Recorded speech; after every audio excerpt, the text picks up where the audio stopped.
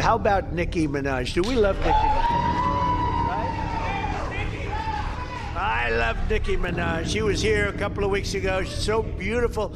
Her skin's so beautiful. Herschel Walker, speaking about loyal, how good a football player was Herschel? I would say there can't be a greater football player than Jim Brown. By the way, Lawrence Taylor, great friend. Lawrence, the great Lawrence Taylor. Muhammad Ali, who was a friend of mine. I put a picture of myself and Muhammad. It was another piece of work. You talk about a piece of work. But he could fight, couldn't he, huh? Mike Tyson, boy, I tell you, Mike has been loyal to me. Whenever they come out, they say, Trump's a racist. You know, it's like a statement. Trump's a racist. Mike Tyson goes, he's not a racist. It's like your drunk uncle at Thanksgiving going, with the thing. And like, what are we doing? Like, what was that? Why would he think that based on his recent track record that any of that flies? Because anybody who's accused of racism or homophobia or discrimination says, here, look at my black friend, look at my Latino friend, look, I actually have a Jewish friend. I can't be anti-Semitic. I mean, you know, like, I wouldn't want to be the intern that had to remind it was Black History Month. Mr. President, you told me to let you know when it was February. Yeah, I know. Get the podium out there. Let's get this over with. He didn't want to be out there. Well, look, I think actions. I'm a big actions speak louder than words type of person. He may have all the friends in the world, but when he's trying to take slavery off of an exhibit in Philadelphia, that speaks very loudly. So I'll address the first part, then I'll get to that. I think he needed to celebrate Black History Month. I'm not aware of any year from the previous term that he didn't celebrate it, and I think we'd probably be having a very different conversation tonight if it wasn't acknowledged, considering the history of Black Americans in this country.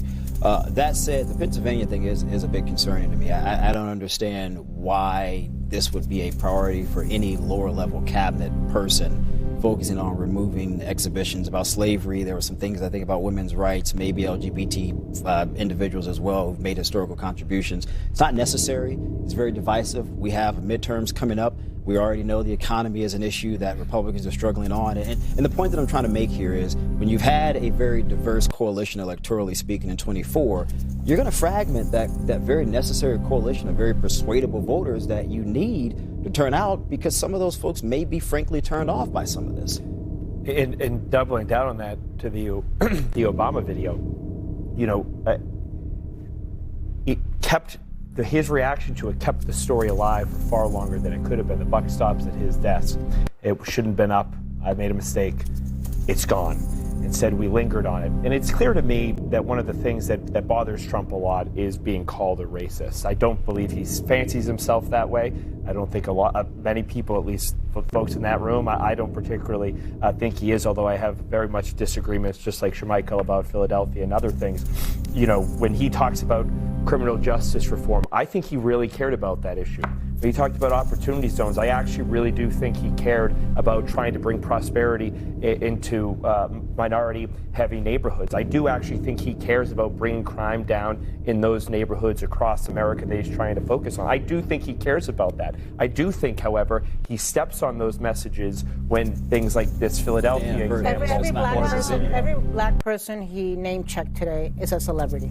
So my question is... No, there was a grandmother who lost her son to violence who spoke about it. Yeah. His criminal czar, who was they were featured speakers, but these are not people who are his friends. These are people who were there as scheduled speakers. Okay, well, listen.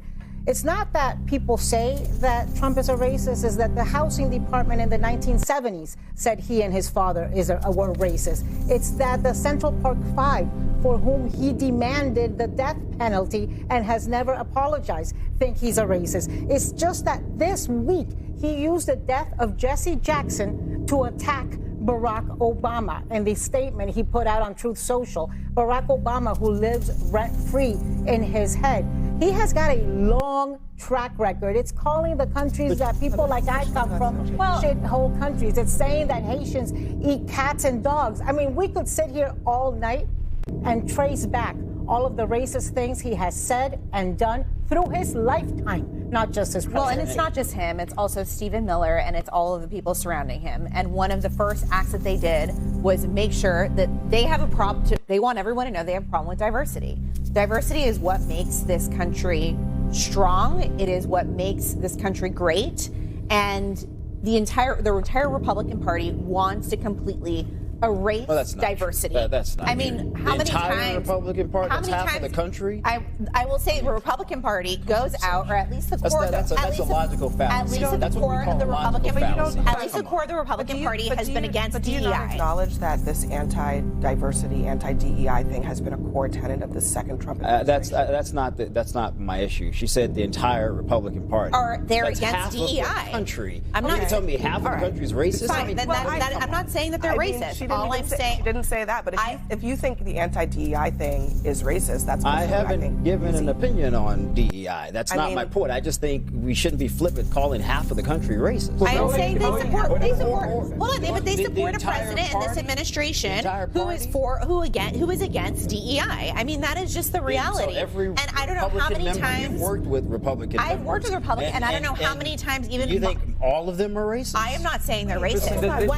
You're putting words in my mouth. I'm saying they are against diversity. I'm very confused. Hold on, I want to go back to this diversity. But I think when you say anti-diversity, I think most people would say, well, if you're anti-diversity, then you're racist. I think it sounds like that's not what I said. They do not want diversity. They do not want diversity in their administration. But I'm just period. saying, End of story. When people hear anti-diversity, I mean, I can just tell you, people typically think if you're anti-diversity, then you're probably a racist person. But why? So then, hold on. Why does the president want diversity in his administration? Ask Trump. I don't know. I'm not Trump. Well, why is the Republican Party for it? That's a really important statement that you just made. I mean, I'm not sure that even people would go that far. You just suggested that being anti-diversity is equivalent to being racist. I think many people would say it that way. Well, this is an administration who has been explicitly anti-diversity. The Department of Defense has banned celebrations of Black History Month. That's not my early in the the administration, entire Republican Party racist. I'm just saying. Every single person that voted Republican. Just to be clear. Just like, come on, that sounds like BS, and I can't say what I really want to say, but that sounds like BS. Just to be clear, this administration has been explicitly anti-diversity. They have gone line by line. That's fine to be critical of Trump. It's fine to be critical of the administration. But you cannot cast aspersions against the entire party. Listen, the vast majority of the party supports everything he does, including this. Okay, Anna did a great job of ticking off several things that he's done. What we shouldn't do is sit here and pretend that the facts aren't the facts. Okay, why isn't a flag at half-staff for Jesse Jackson? You wrote an amazing book about Jesse Jackson, who was instrumental in changing the way the Democratic Party pulled in minorities.